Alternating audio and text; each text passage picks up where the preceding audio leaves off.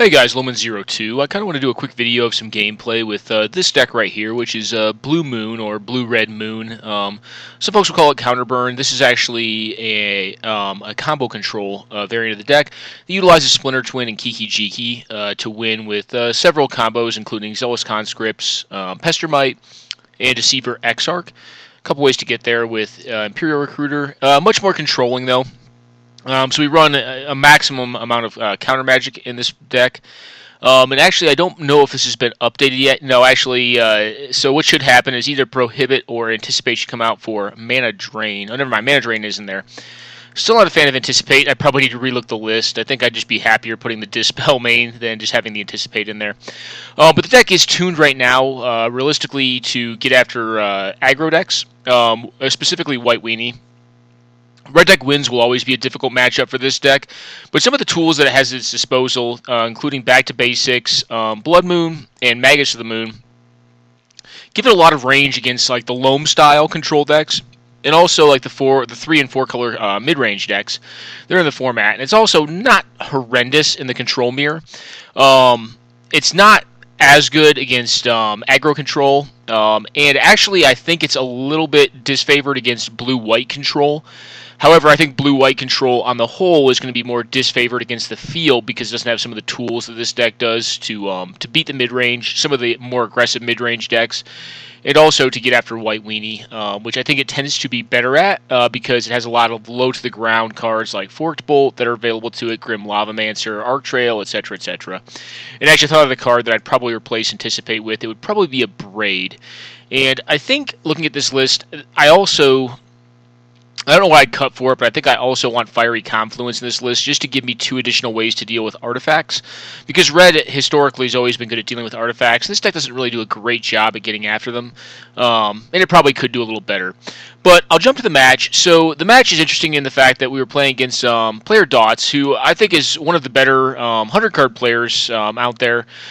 He's done notably very well for himself in the 1v1 community for EDH. So obviously this format's not EDH. We don't have Commander in it. I'm not a big Commander fan. I know at one point he was putting up a lot of stellar results with Vile Smash of the Fierce and Karoom, which is a Grixis-based aggro-control deck that essentially just wins by casting its spells after it gets Vile Smash of the Fierce into play, and then can generate a longer-term clock and card advantage off the Karoom.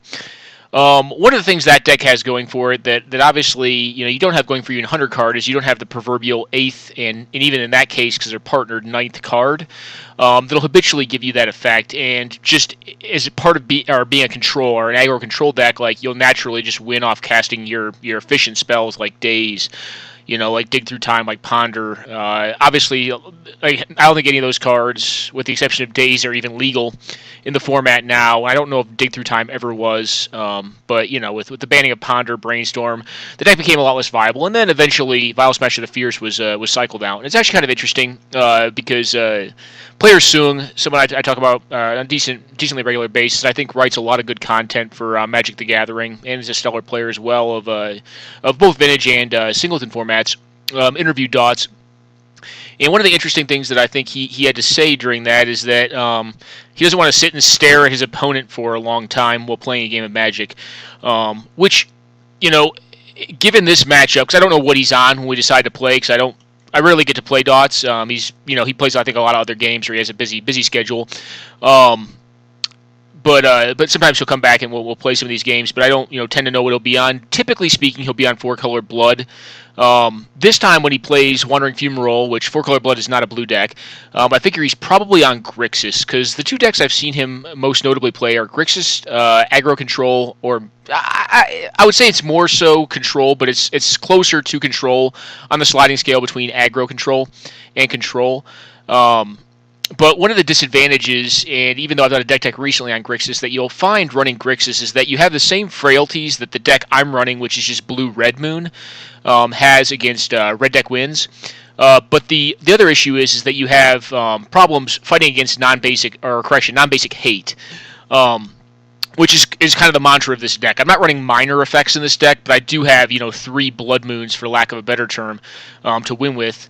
Any other issue you're going to run into is Grixis is not really a fast deck. So I think after reading that interview, and I read it many, many months ago, or whenever she first published it, I was actually kind of shocked by that. I was like, interesting. Like, I wouldn't have figured that dawts, because he had been notable for Tasigur and Vile Smash of the Fierce, was interested in being an active player, and I figured, there was some reactive side to him as a player, which I think is going to advantage me in this matchup, just given the fact that the deck I'm on, I think, will naturally be it'll naturally be the control in this matchup, because I'm looking to land my one big threat, which in this case is just a lock piece. Just put him in prison with one of the moon effects. And I figure I'm probably going to make my land drops because I'm a more landed deck. Typically, Grixis Aggro-Control is going to play like 37, maybe 38, but 37 I think is typical. And I think the jig has to be up. He either thinks he's probably in the mirror or I'm on blue-red moon. Now, when I play the mountain, I probably tip my hand a little too soon as to what I'm playing. We get Inquisitioned here, lose the True Name Nemesis, but I'm not really worried about that. Like I said, I don't see myself as the beatdown. I see myself as playing the control throughout this game. So oddly enough, I play this card out, and it may need to get cut. Desolate Lighthouse is a good card, or Loot House, as you were. But I don't find the time to really ever tap my mana out during this game. I think this is the one turn where I could have, but it ends up being he does nothing this turn. And what's detrimental to me is if he resolves, if I cast my Snapcaster, or I'm sorry, if I loot, then what I lose the ability to do is Snapcaster recast Miscalculation, which would actually be detrimental if he resolved a Factor Fiction on his end step. Factor Fiction on his end step would be a beating because he's already going to have the cards, and I don't have a threat, and he knows that. I would have a Snapcaster, but that's not much of a threat. So I just continue to play Draw Go with him, because I'm fine playing Draw Go, especially when I'm drawing lands and I have two more in hand. Because eventually, and what appears is he's out of lands in hand, so his mana production is going to be stifled, which is great for us. So we end up going for a DAC here because we can still leave up the Complicate, and we have Daze as well. And I figure it's going to get countered. I'm not going to fight this, actually. I don't fight it here. And we know for a fact that he's got, I believe 4 counters on this thing. This Ancestral Vision's coming off eventually. So him buying time is good for him, but I don't really see a need to fight over the DAC. I go ahead and complicate this, and if he wants to counter it, that's fine. I'm going to get a DAC next turn with him tapped out, which to me means that I'll be able to likely find an answer to it because I run a lot of burn.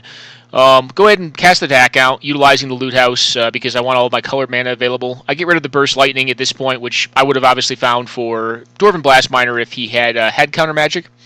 What now I'm really curious about, though, is what does he have in his hand, because he didn't cast a counter spell for either of those 2 cards, and I figure you would counter one or the other. I'm very happy to see Spell Snare. I ditched the Rolling Earthquake and the Daze, as I think the Daze is going to become dead eventually. And the Stifle is nice to get this land. And Spell Snare, he's going to run a lot of 2-mana counter spells in this deck, I believe.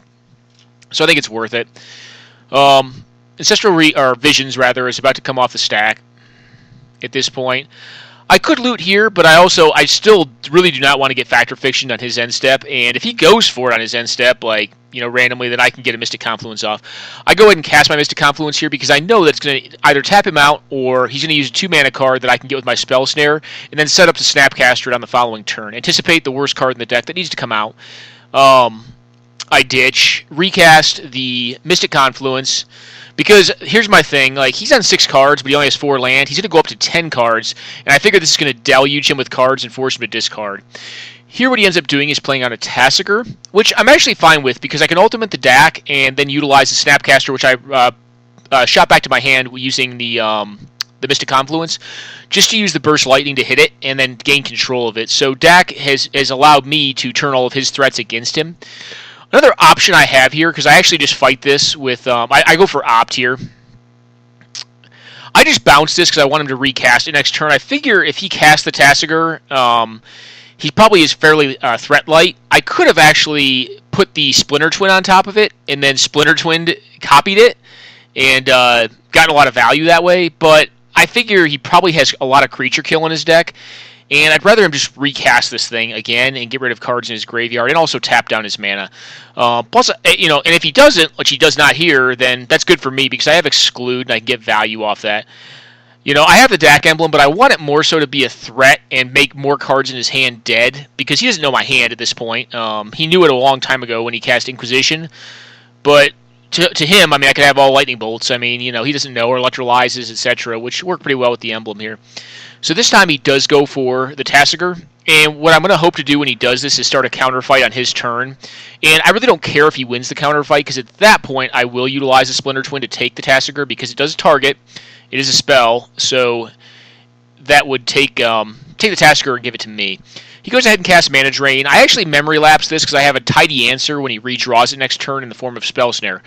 I draw into my own Mana Drain at this point, and then I believe I draw up Jace the Mind Sculptor, which I just go for here, because if he has a counter spell, I have, you know, 3 answers in hand, and I'm going to be able to... what I'd probably do here is top myself, because I figure he's probably going to attack me with the Wandering Fumarole.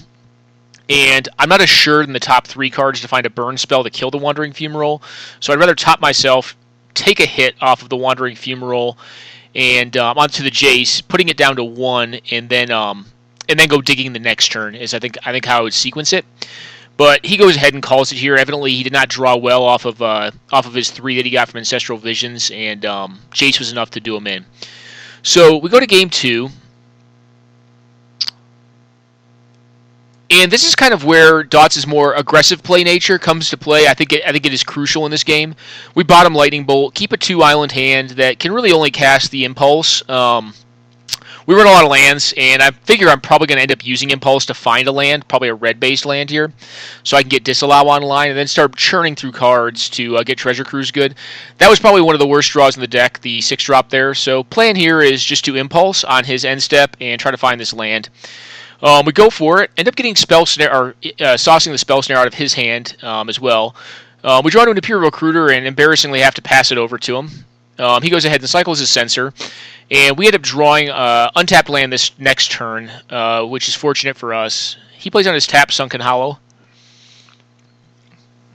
which I think, looking at his list, I think Sunken Hollow would be better as the new cycling Swamp Island. So I think it's going to be very rare that Sunken Hollow is going to come into play untapped in that deck. So I think you'd just be better off with the one that will always come into play tap, but you can also cycle it in the late game. Plays another tap land, a man land at this point in time, which is actually going to be kind of crucial to, I think, how this game plays out. We end up playing our lands, so we're drawing pretty well here. We're hitting the lands we need. I'm not going to cast the Imperial Recruiter into what appears to me to be fairly obvious counter magic, especially when I have Disallow available to me to get anything relevant, or at least foment a counter fight on his turn so I can, you know, get a Treasure Cruise on mine. He goes ahead and hits me for 3. I'm perfectly fine with that. Draw another fetch land. Again, good draw. I'm not fetching here because I kind of actually just want to hit lands. Brainstorm was an epically good draw there. So we go ahead and get rid of the burn and get rid of the 6-drop because I really don't need either. I don't think the 6-drop is great in this style of fight. He goes ahead and I believe cast out, is it Mystic Confluence here? I can't quite recall. No, just dig through time, and we go ahead and counter this. I know this leaves us open to whatever he can play on his turn, but with an Imperial Recruiter, a Back to Basics, and a Splinter Twin in hand, I feel pretty safe. Now he attacks here. I don't like this line, just due to the fact that, I mean, he's got to kill me at some point, but I think if I'm him, I put me, as a player, on some sort of Blue Moon deck, because just of the number of basics I'm playing. I slam the Back to Basics. If he has counter magic here, he really couldn't. It'd be tough to win a counter fight. So he would have to have, like, I don't know, like, there's not much that does it here. I can't even really think of any cards to do. I mean, some combination of a counter with Force of Will as well. Daze wouldn't do it here because I can complicate a 2-mana counter. So, yeah, I mean, it'd have to be like a null. A null would do. Well, a null would get countered by complicate, and then you have to counter complicate. So there's not a lot. And Null is not a card that I think I've ever seen in 100 card singleton. I mean, I'm not saying it's bad. I mean, it could be playable, but, you know, 1-mana counters are great, but it's so situational and specific.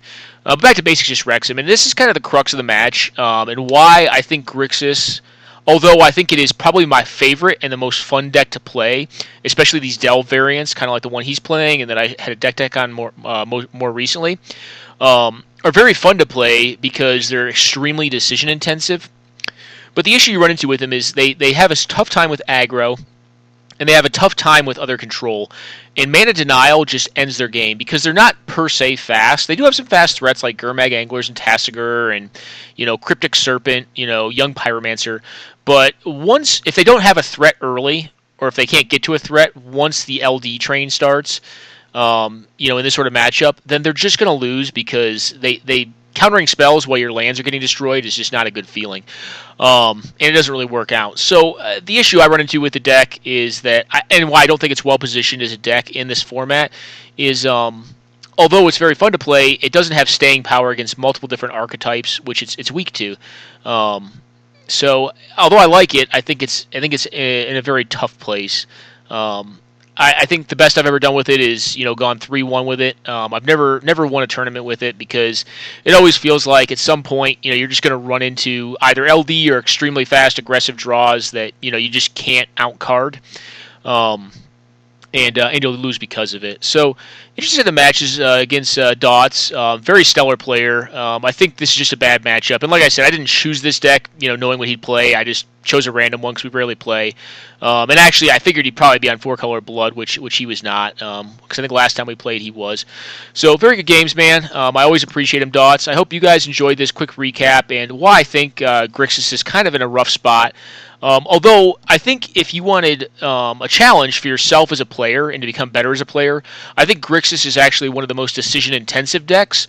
Well, they take that back. Possibly, there are combo decks like Storm Combo, Egg Combo, that are more decision-intensive, but they're more so decision-intensive on known information. So they're a little more heuristic based. Like you can know with high degree of probability what you're going to draw or what you're capable of drawing, because most of how you deal or how you play those kind of decks is not in hidden information. In Grixis, more so you're presuming not only what could you top deck or what can you draw into, but also what is your opponent holding, because when you commit mana, there's sometimes committing mana can be lethal because they're going to resolve something that's back-breaking on the following turn, like much for instance like this back to basics right here. So I do think it is one of my favorites to play, but I just think it's in a tough spot, and I think decks like this will tend to get it. I think it is going to generally be challenged against red-based aggro. And what is it good against is just other mid-range decks. I think it's actually pretty good against 4-color Blood. I think it's a fine deck for the mirror. I think against actually blue-white control, I think it's actually pretty good as well, unless they're running back to basics and can get after it with Enlightened Tutor. But yeah, I think maybe not the most interesting set of matches. Back to basics tends to end games like it did here. It has to chase the Mind Sculptor on an open board if it resolves. But I think interesting from the standpoint that it showcases the matchup for one, and also I think one thing I would point out is I really didn't like the Creeping Tar Pit attack here because especially if you can't back up that attack with counter magic, because you open yourself up to land hate at this point, which I think you can pretty effectively put me on based on what you saw the first game. That may not be true, but I tend to think it's pretty definitive what I was on. But I'm also playing it, so I don't know. All right, guys, I hope you enjoyed this very short video series on the Grixis versus Blue Moon match. I think fairly lopsided in Blue Moon's favor, but indeed interesting, and I hope you guys enjoyed it. Take care now.